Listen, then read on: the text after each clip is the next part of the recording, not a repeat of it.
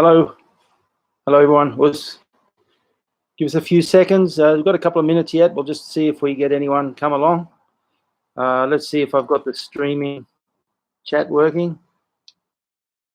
As you come in, make sure you say good day so I know you're here. Thanks for joining me.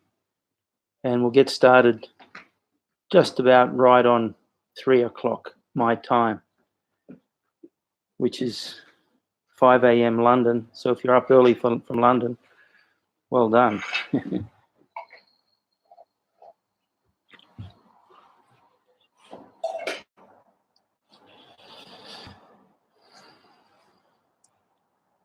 Hello, if you're there, leave a message on the live chat so I can check that the live chat is working for me. If it's not working, I'll do a pop-out chat.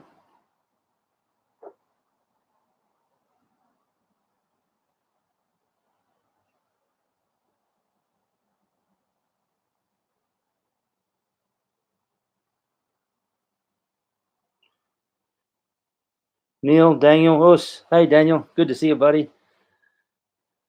Corrupt cow. Does that mean you got mad cow disease? Thank you. I'm glad it's working. Looks like we've got a chat working. I'm just going to close. We've got another minute or so. I'm just going to close this floating chat to see if I can...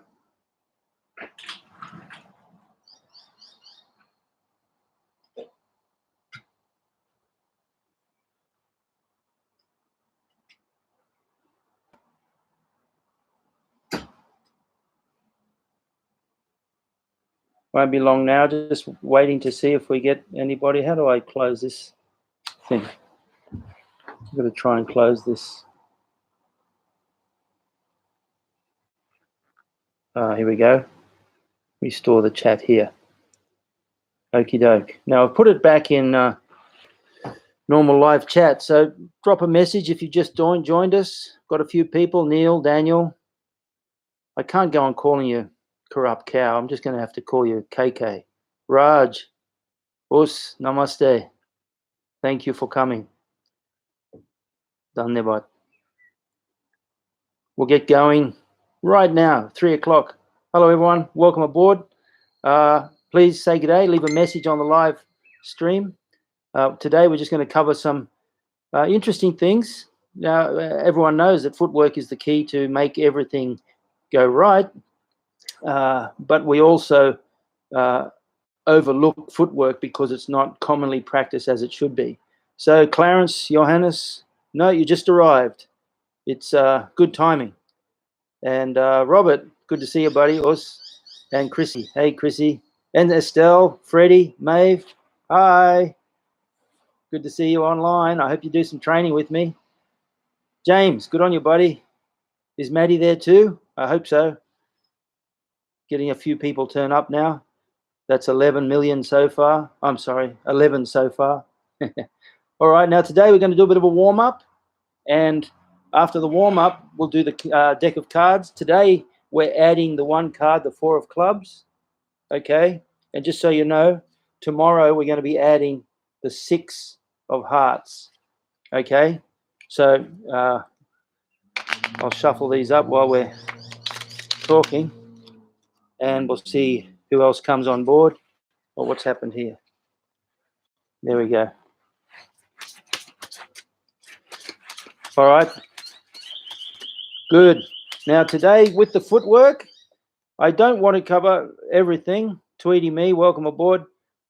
There's as many forms of footwork as you need, and everyone's different. And if you only have to watch a world tournament to see how every fighter has their own take on footwork, and that's really important to do that. But I'm going to show you the 5. There we go. The 5 main footwork patterns that we've based our footwork on in the dojo for as long as we can remember. Of course, they all have variations depending on the opponent you're fighting. But generally speaking, those 5 footwork patterns are the keys to movement. You can't make a technique work if you don't have the right distance. I often say Mike Tyson couldn't knock me out if he wanted to. Not because he can't punch, but because he's 10,000 miles away. But if he was in range and used his footwork, well, that's a different thing. Hello, everyone. Is that Rochelle, Harry, Us? Good to see you all. Okay, so we'll get going now with a bit of a warm-up, and then we'll go straight into the deck of cards.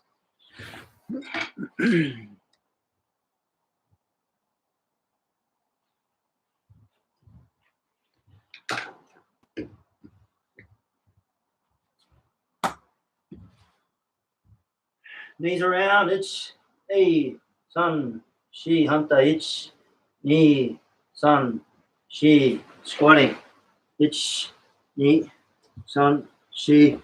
Especially after a long day, you probably haven't done stretching through the day. This is a really nice stretch for your lower back. And just come up and leave your arms down.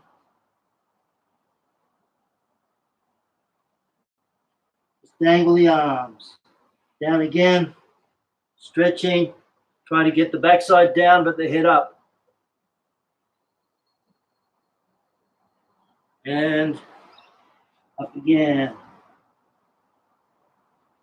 Hips itch. Knee. Sun. She. Hunter itch. Knee. Sun. Okay, double shoulder width.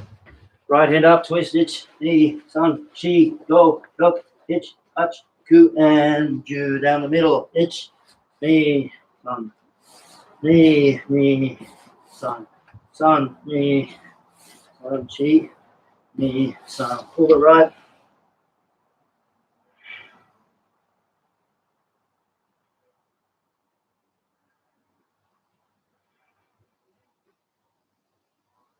And left.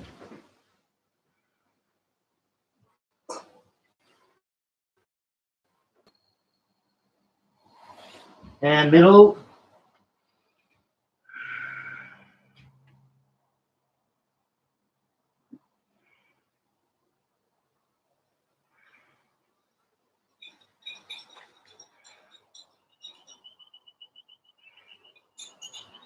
And 3 counts.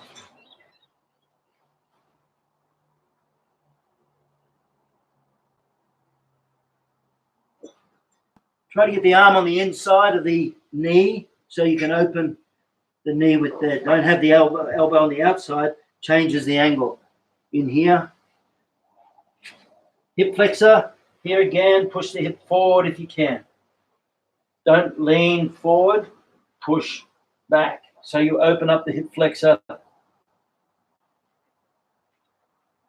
This is a good one to do when you're watching TV. Maybe you put something under your foot and you keep elevating the foot more and more. And the more you do that, the more it completely stretches your hamstrings and your hip flexors. And around, son.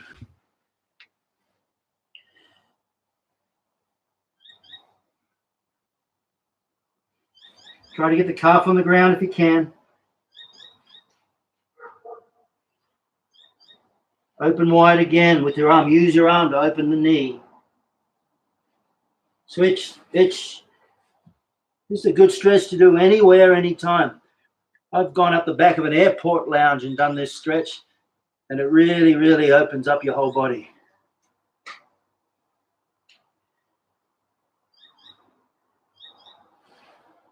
Knee. Once again, push the hips forward. If you like, bring the back arm up so you get that nice bow stretch through the hip flexors.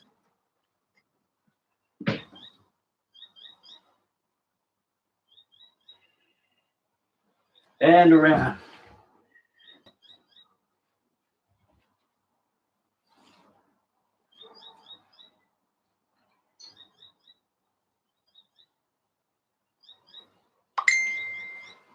Shiko-dachi. Nice and deep with the shiko. Remember, as you get a little older, your knees get a little stiffer. It's good to make sure you turn the feet out so the feet are in alignment with the knees. So shiko-dachi as opposed to kiba-dachi. Nice and deep. Push one shoulder forward. The other shoulder. Shikobumi. So shikobumi is the stretch that the sumo wrestlers are famous for. And some of them have amazing stretches. This is also a stretch that Matsuya Kiyoshi and Midori Kenji, both world champions and both well known for their kicks, spend an awful lot of time with this particular stretch. So it's a great stretch. Remember to stretch for the bottom leg, not a kick with the top. Coming up.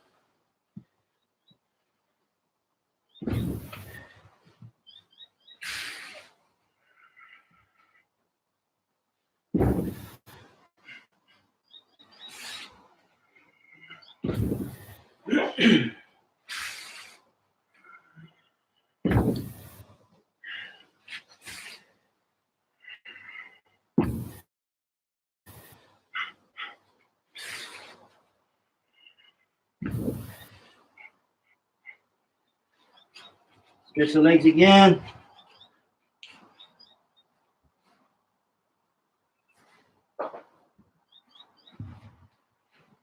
Sitting back, nice and wide.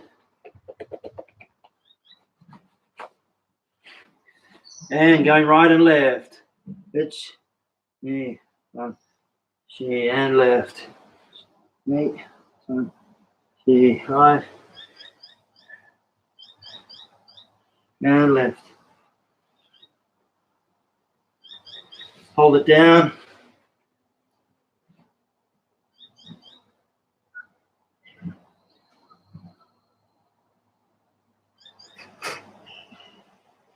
And up, left.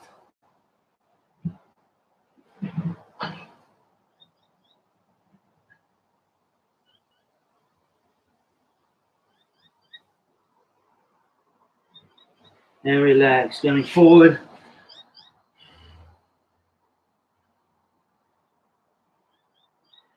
Remember, I like to spider fingers on the breath in. So spider fingers as I breathe in and relax as I breathe out.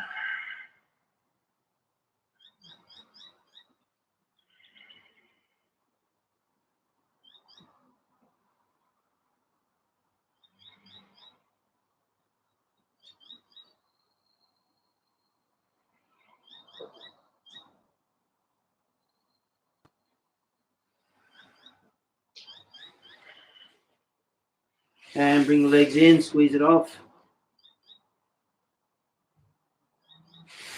Legs forward.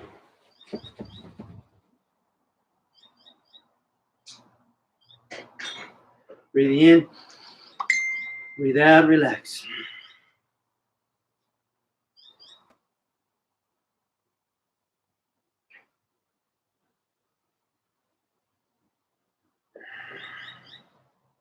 And shake it off, loosen up.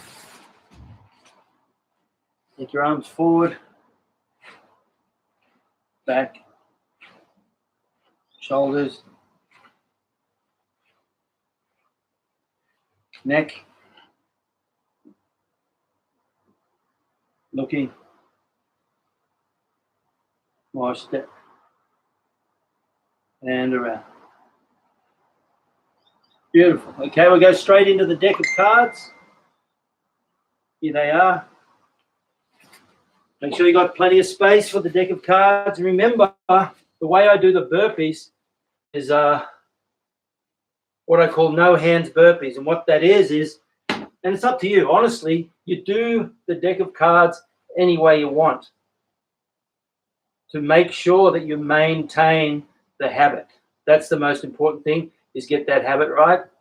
Okay, so if you don't do the no hands burpees, that's fine. But what we do is we go down and we lift the hands off the deck just for a split second to make sure we've gone all the way down. That's the only reason I do it like that. Okay, I'm just going to adjust this a little bit.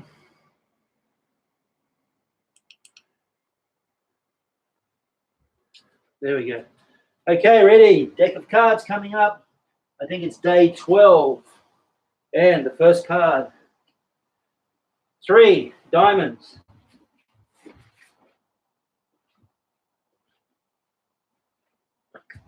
Second card, king diamonds.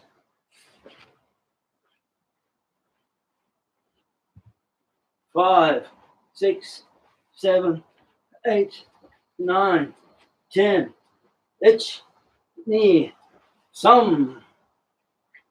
Next card. 4 of hearts. 4 burpees. Let's go here.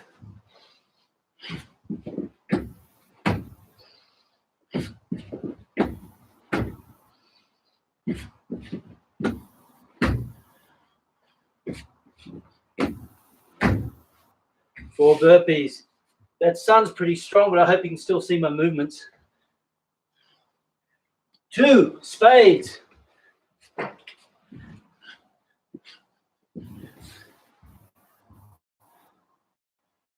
Queen, diamonds. That's 12 sit-ups. Ship, look, pitch, touch, jump, pitch, knee. Next card. Queen of clubs, 12 squats. Try to measure the depth. I measured the depth of mine by going down till my fingertips touch the ground. Pitch, knee, sun, shake, look, pitch, touch, jump, pitch, knee. Next card, Jack of spades.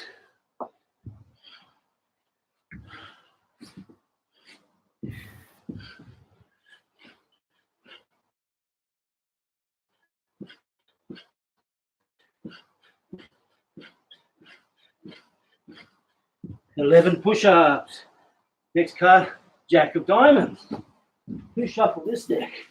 Pitch, knee, sun, shake, look, pitch, touch, jump, Next card, 3 spades. I'm sorry, 3 of hearts. 3 of hearts, 3 burpees. Got room for you.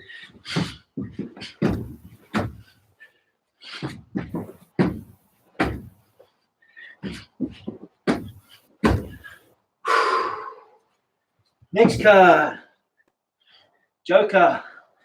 Joker's good. Shadow sparring. Move around. Work on your relaxation. Later on, if I have a bit of time, I want to run through the Tensho movement so you get an understanding of how the body generates the power in Tensho. It's not unlike the power in a good boxing punch.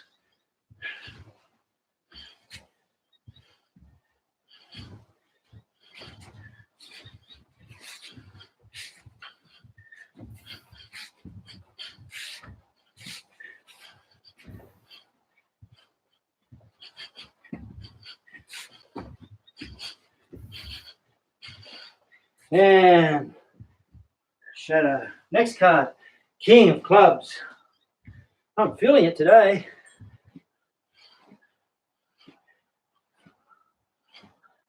Six, hitch, hutch, Q, hitch, knee, sun. King of spades. Tell you what.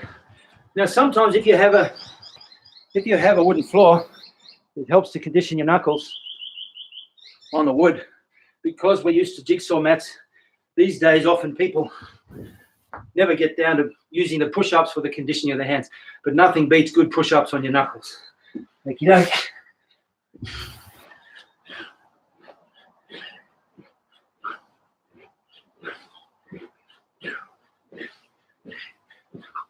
There we have it. I'll just adjust that camera again. That light's pretty strong, isn't it? That afternoon light. It's a beautiful day here at Tambourine Mountain. 2, diamond, pitch, knee. Next one, Joker. Once again, nice and relaxed. If you go slow and smooth until you get the correct movements, your techniques will generate power later on. Don't rush to punch with power. Just take your time to develop nice flow through the body with the arcs of tension so that the whole body works as a single unit.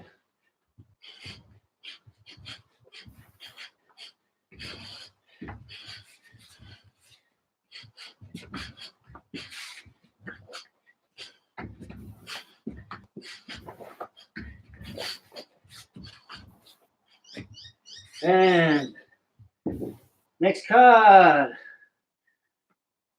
5 of hearts. That's today's card, I think. No, it wasn't yesterday's. Anyway, let's go. 1, 2, 3, 4, and 5.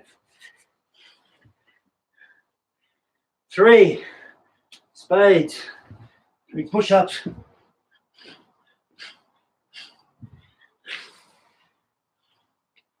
2 of clubs.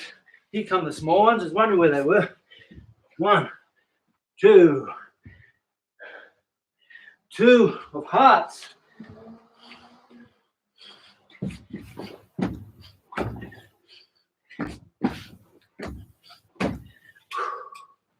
Beautiful. Next card. Queen. Spades.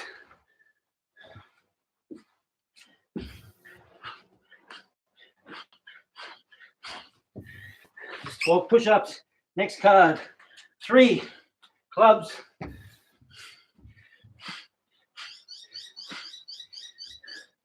4 spades.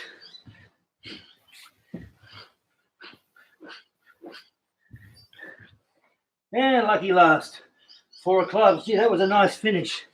Got a few small ones towards the end. 1, 2, 3, 4. There you have it. That's today's deck of cards. Don't forget, tomorrow I'll be online again. Forgive me for taking so long to get the deck of cards up online yesterday, but we're having a lot of trouble with our internet. That's why I've changed the venue today to bring it a bit closer. But we've ordered NBN, which apparently is much faster, so I shouldn't have too many troubles after that. Until then, please bear with me. Okay, and don't forget, I may have actually put in that 5 of hearts. I think that 5 of hearts was tomorrow's card, but I'll put it online anyway, let you know. Okay, now, today I want to talk about, firstly, the footwork. Okay, footwork really isn't taught enough because we spend a lot of time on basics, which is all standing techniques, and we spend a lot of time on moving basics in formal stances, which are very good for strengthening the body and strengthening the legs, but they don't actually teach the correct technique. To do the correct technique in footwork, you need to drill the fundamental key footwork as you go. Okay, so we've got to get that fundamental footwork right. Now, where do you start? Well, the best way to start anywhere is with simplicity. Okay, whilst I'm here in front of the camera, just going to say hello to a few people. Graham Norman, welcome, boys. And good to see you guys. I hope everyone's enjoying this at the moment. Okay, so with the footwork, there are as many footwork patterns, as I said, as there are fighters. But in my dojo, for as long as I can remember, we've used 5 fundamental footwork patterns, some of which are common in Kyokushin. Okay, so the first one is, I'm going to adjust this again. So the first footwork pattern is just a normal step. In Japanese, we call this Oi-Ashi. In Japanese, for example, when you have a strong tailwind that's pushing you along, it's called Oi-Kaze. Okay, so it pushes you along. Well, it's the same with this. Even though the front foot is the one moving, The speed and power of the technique is off the opposite foot. In other words, in this circumstance, the back foot, which we drive to get the forward momentum. Okay? Push off the back foot and the front foot goes and the back foot follows it. It's like you have a rubber band around your feet and they can't stay apart for too long. In fact, in the dojo, we used to do that. It's a really good way to train is you get an old bicycle tube and you make it just the right length so that when you're in your natural fighting stance, it puts a little bit of tension. And that way, every time you stretch too far, the tire will force you to bring your leg back in. Okay, stretch too far, bring the leg back in. Okay, if I'm too close, the tire falls off. Okay, so that's a really good way to drill your footwork. All right, Oi-Ashi, which means whichever direction you go, front, back, right, left, that leg pulls the whole body along. So if I go forward, it's the front leg moves forward. Front leg moves forward. When I go back, back leg moves. Back leg moves by pushing off the front leg. When I go left, I'm there, I step left first. Step left first. Okay? When I go right, step right. Step right. Now, obviously, you always use your imagination. If there's someone right there that you're visualizing, you keep your spine erect. I call this the dominant head position. So that means my head is always exactly lined up with the center of his spine.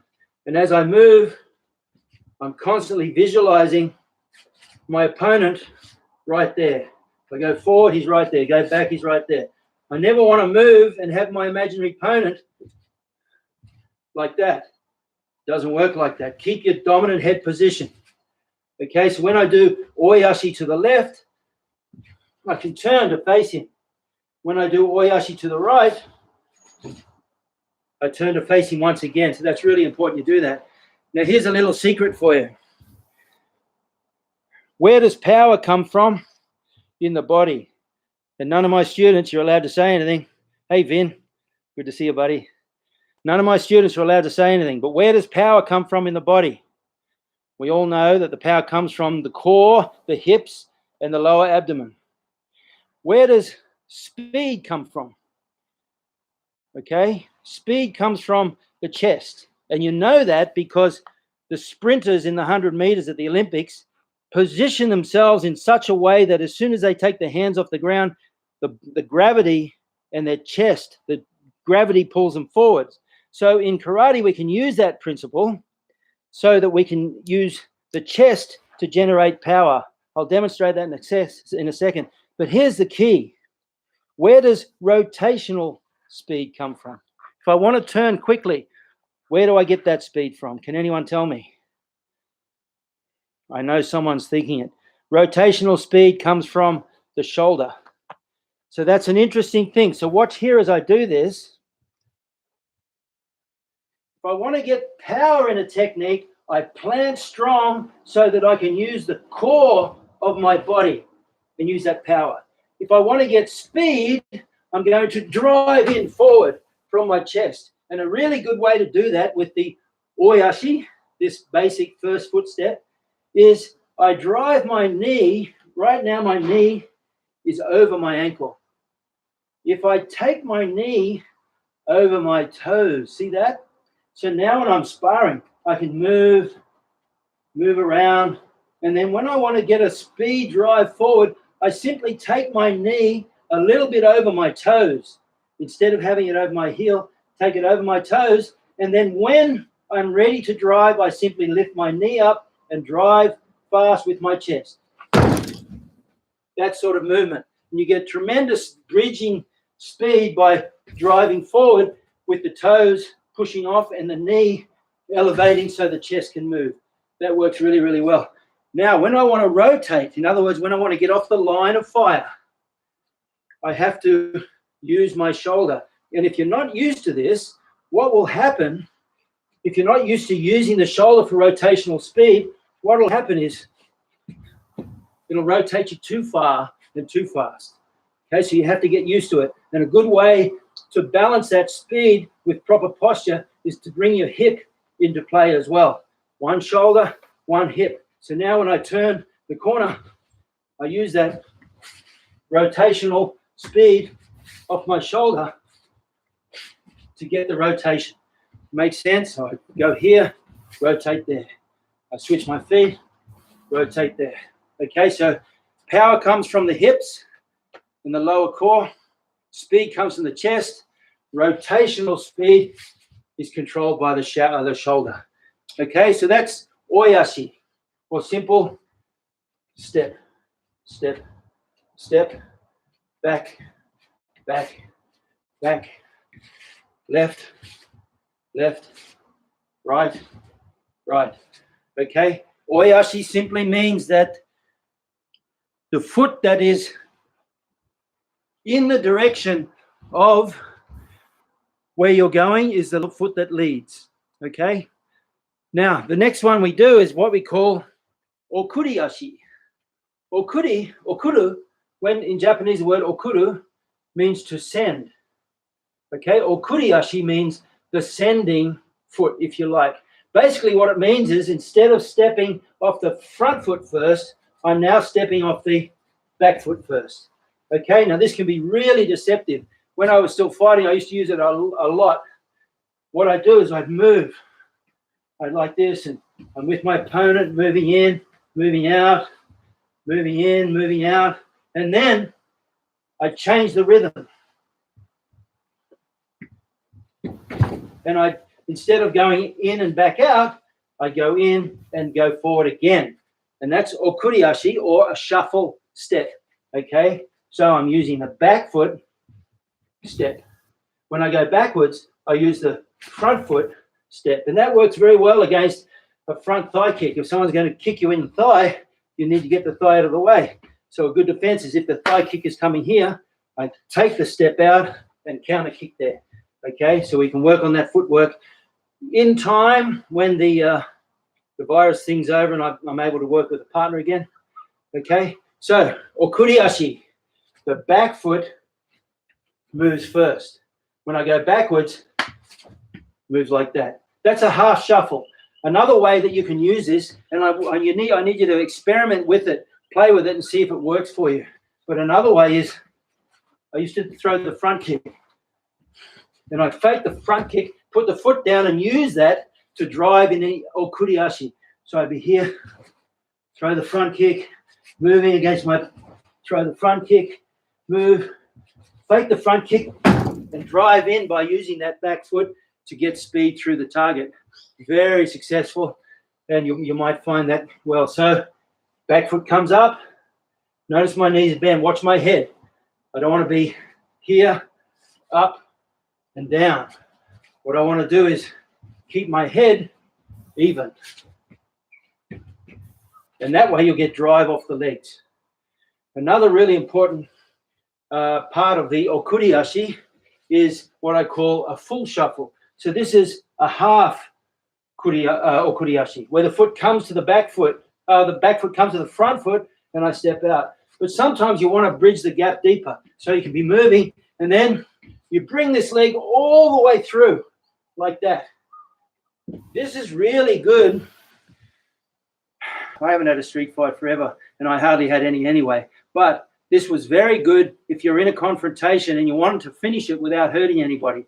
What I would do is I'd be simply here, and I drive my hand up under their throat, and I do a full shuffle and drive them as far as I needed to so they trip over a park bench or fall over or whatever. But it's an incredible way to bridge the gap. You can see I'm right back here. This is 3 meters of mats. I'm right back here. When I do the full shuffle, you get full distance right across 3 meters. I'm not able to do it very well anymore because my back knee has got no tendon and all that stuff. But if you practice that really well, so you get the full drive. It's a little bit like a switch, Kosaho, which we'll deal with in a sec. When I do it, I don't want to step through and do it. Otherwise, it's not quick enough. I need to keep that front arm forward, nice, relaxed, and then push off like that, okay? And if you have a kitchen close by, you can go straight through the window like I nearly did. Okay, so that's the third footwork pattern.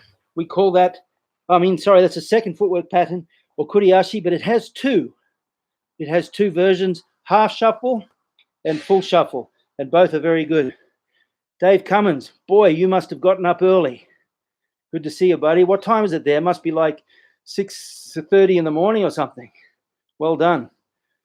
So the next one we're going on to is what we call Kosaho. Kosaho simply means a switch. Okay, and the switch can be very effective for to set up kicks, to defend against kicks, and to set up. It's almost like a Superman punch. The famous Superman punch is a form of Kosaho, if you like.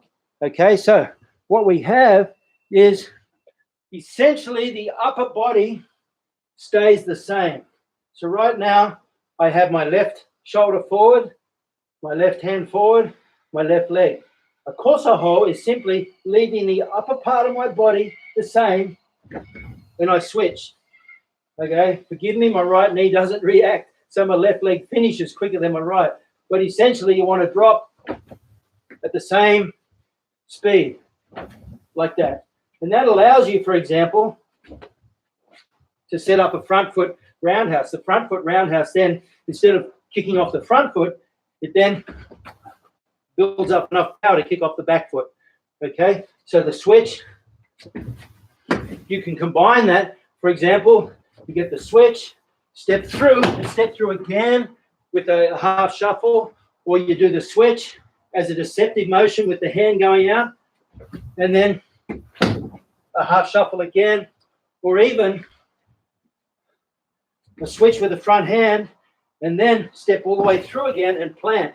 And it can be very deceptive because my front foot is here. When I switch, my back foot goes to the line that my front foot was, and it allows me to step forward off the front foot, so I bridge the gap really well. That's called Kosaho. Kosaho is a switch. Okay, now the next one we do is usually, we just call it circular foot motion or Sabaki. Sabaki is a Japanese word. Tai Sabaki is a form of, it literally means a defensive motion without too much blocking. There's not blocking. You're simply moving your body in a defensive way. So if someone was to fire a gun, you'd move your body there. The bullet would go straight past. That's a form of Sabaki. Someone throws a boxing punch, the boxing punch comes in and you bob forward like that. That's a form of Sabaki. Okay, so it's not, the word is Japanese, but the movement is universal. You don't need to be doing Japanese karate to be able to do Sabaki footwork. Okay, so I'm going to go back. Good to see you there. Frederick Grungvist, welcome. Thanks for coming on board, horse. Okay, so I'm just going to work on now the Sabaki movement. Sabaki is simply a combination of either Oi-Ashi or Okuri-Ashi with a circular motion. If you think it in those terms, when your opponent is attacking, he has an optimal line of power. And that optimal line of power is directed towards your spine. Now, if I want to avoid that power, I simply move off. As he attacks, if I keep going backwards, he'll catch me. But if he's attacking, I move off, then I've avoided that power by using a Sabaki motion. So,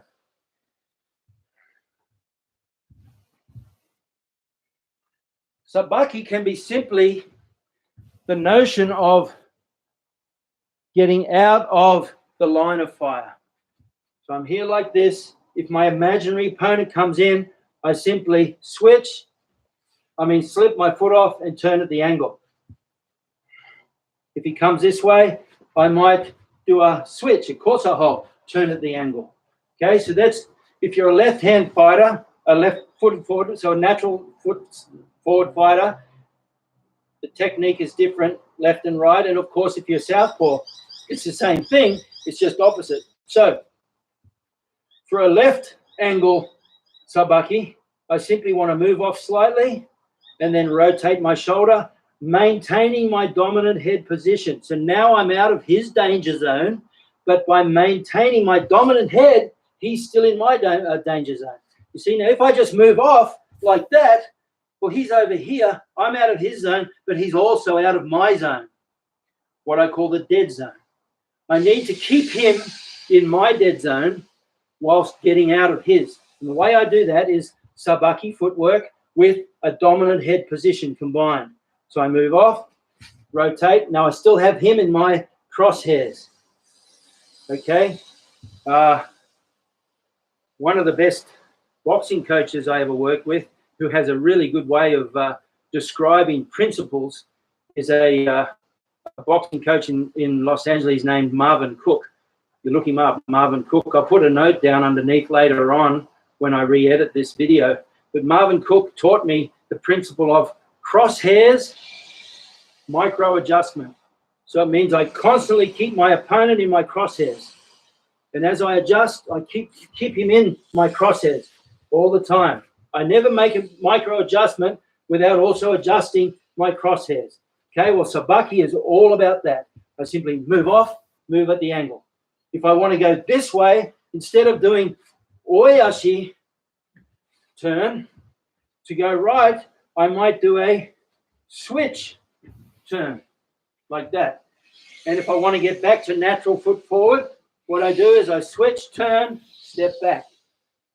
Okay, so Sabaki is simply a defensive body motion that takes you circularly out of your opponent's dead zone. I'm here. Boom.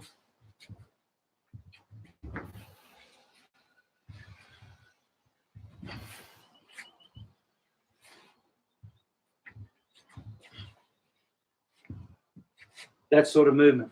Okay. Now the last footwork pattern we use is something in Kyokushin anyway. I believe that it was quite original to us. This the fundamental principle that helped me develop this whole concept of what I call the split was introduced to me by a friend of mine named Tony Quinn. A lot of people thought we were brothers. We were both together in Brisbane, but we weren't brothers, but we did train together a fair bit. Tony was a spectacularly fast technician, super fast fighter, very successful in his day. But he is the one that introduced me to this concept, which we later adapted and developed for Kyokushin. And the way you do the split, it's like if you can imagine doing splits in a warm-up. The whole idea of it is one leg goes one way, one leg goes the other. The reason the back leg goes off in the split, at least now this is the way I interpret it. Tony taught me 30 years ago, and I honestly can't even remember his exact description, but I think I absorbed it enough so that I was able to develop it into my own concept. The back leg goes off target to build up a tendon reflex or a stretch shortening cycle. So when you want to get speed to go one way, you push the leg the other and you get that tendon reflex. Okay. The front leg moves off the target to get out of the line of fire. Okay. So both legs are moving, but they serve completely different purposes. The front leg moves off to get out of the line of fire. The back leg moves off to build up a tendon reflex so the movement is quick. Okay, so let me see if I can demonstrate for you. So from the front, the split simply looks like this. In slow motion, one foot goes the other way, one foot goes the other. So I'm there like that. Now, if I was to pause there, of course, it's silly. I'll just get kicked. So I use the tendon reflex off the back leg to drive off. Okay, I split. The tendon reflex lasts 1,000th of a second. You take advantage of it to get speed. Your knees are bent. Your back heel is off the ground. And then when I do the split, I drive off the back leg. You can go right to by coming back to yoi. See that? I'm fighting, back to yoi, split off. And that movement of the left leg coming back to yoi builds up the tendon reflex. The movement of the right leg takes you off the line of fire. So you can see, if you can imagine that the target is coming straight towards me, I rotate off and the target the line of fire is there and I'm able to counter. If I go right, once again, same thing, I get off the line of fire. Okay, so we use that with the blocking motion. So I'm here. I'm trying to find light. How's that? Yeah, that's a bit better. Okay, so for the split to happen, I literally split my legs apart. okay? But that's only for a hundredth of a second. I defend my head with the coxcomb. We'll get onto the coxcomb on Friday, okay? But for now, split and rotate around. Split, rotate around. So I split my legs and rotate. Split and rotate. Split, rotate. Remember on Monday we were talking about the 3 different versions of Gedan Barai. 1, 2, up there, and 3. This one here, circular motion. Well, the split combines 2 and 3. The hand comes up. We're coming to here to block. Yeah, am I in camera there?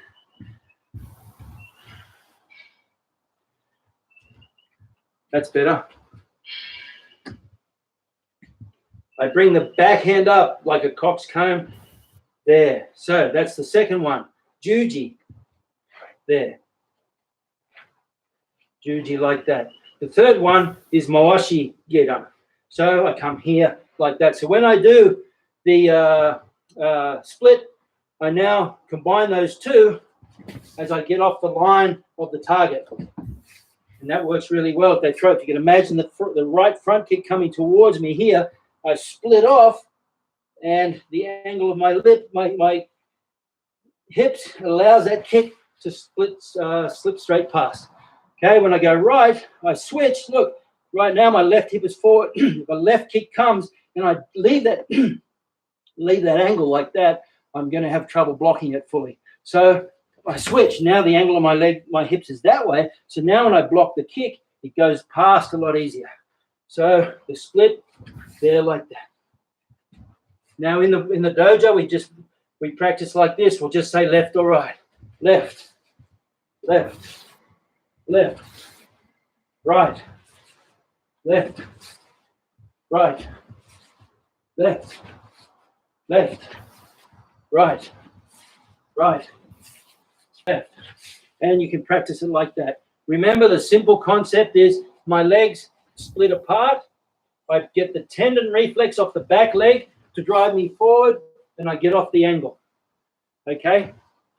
So they're the 5 main footwork patterns that we work on always. They're the foundation footwork patterns to everything you do, and they form 5 of what I call the core 54. The core 54 are the 54 primary techniques that I teach as the core foundation to your training. Okay? And you'll find that as you practice these techniques, the arcs of tension, which we spoke about on Monday, come into play very strongly. The arcs of tension are simply the lines of force built up through the body that you use to develop optimal power in your technique. Once again, as you will be aware,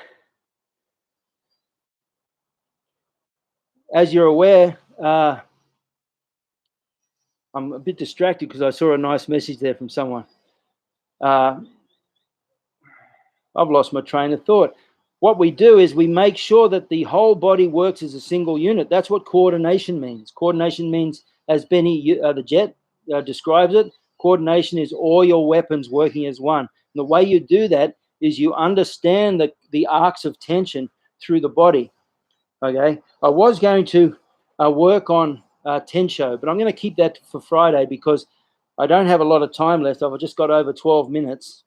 And the arcs of tension as generated through the movements of Tensho are really important. But you may remember on Monday where I spoke about the connection between Mawashi Uke, the Kyokushin style Mawashi Uke, as opposed to the Okinawan Mawashi Uke, Shuto Mawashi Uke,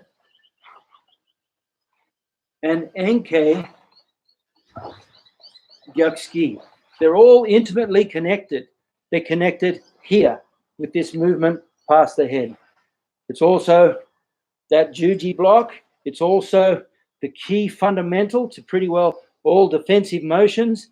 The uchiuke gerambare, where the elbows come together, is connected to the same way. And also, you'll find that once you start doing tensho a lot, so where you develop the tensho soft style of arcs of tension through the body, where you have this motion like one of those Okinawan whip drums. The spine rotates, the arms softly move around it. Well, tensho is like that. The tensho movement doesn't come from the arm. The tensho movement comes from the body. See that? Well, I want to go through that on Friday at depth because that's really worth looking at. Tiger, us buddy. Good to see you on board. Now, I have a bit of time and I'm open to questions. If you have any questions, please write them down. I'm really happy to see so many people here. I appreciate your time, but we've got about 9 minutes. If you have any questions, please drop them in the chat. And it's great to see everybody here. We've got people from Africa, from Scandinavia, from Australia, India, Nepal, all over the world. So that's really fantastic, and I appreciate everybody coming on board. If you like what we're doing, please, by all means, sign up, hit subscribe, hit the notifications bell, and please leave a message. But the most important thing you could do is get the address, the URL address, and share it with as many people as possible. And that way, that helps me too, and that helps me, encourages me to keep doing more and more. So I hope that you got a little bit out of those footwork patterns. I'll write some detail in the notes below, and I will be doing a video on them in time. I shot some video in about January, I think, just before everything went down. I got together with one of my main assistant instructor, the chief instructor at my dojo, Benjamin Jamian, and we got together, did some footwork back in January, and I got enough footage there to start to put on some fantastic videos on YouTube. So keep an eye out there because we did do a lot on the footwork at that time. And when I get to about the footwork, if not, I'll sign off in a sec. Thank you very much for coming on board. And I really appreciate it all over the world. I know that for some people it's an odd time. For me, it's quite easy. It's late afternoon, early afternoon. But everybody, thank you for coming on board. And please, if you got any questions, drop them in the comments below. Even after the live chat is done, I'll put this video back up and you can leave some questions and comments there. But I appreciate everybody coming on board. And Vin, everybody can read Vin's comment. He was saying he's seen footage of Matsui doing the split. Yep, he sure did. He came and trained at us with our dojo in 1988. And I'm sure he taught us and close to teaching him. But one of the things we did share with him was the split and counter, which he already, he was, I think Matsui is probably one of the geniuses of tournament fighting in Kyokushin. So there's no doubt about it that Vin, you're right. His footwork was another level for many people. Okay. And Tiger, did you train? Did you do the deck of cards today, Tiger? Leave me a little message there. Let me know. Thanks everybody for coming on board. I'm going to sign off now. Please, good boy. Good to see that, Tiger. Tiger's one of my students up here at the mountain, and he does the deck of cards every single day. So I'm really proud of him. Okay, Maddie and James, I hope you enjoyed it. I hope you've been keeping up the deck of cards as well. Normally mornings are reserved for training with Shihan, Kenny, Aiton, Bogart. But I'll tell you all, so Clarence, if you see Shihan, Kenny, please pass on my best regards. Thank you, everybody. And I look forward to seeing you at the same time on Friday. Us.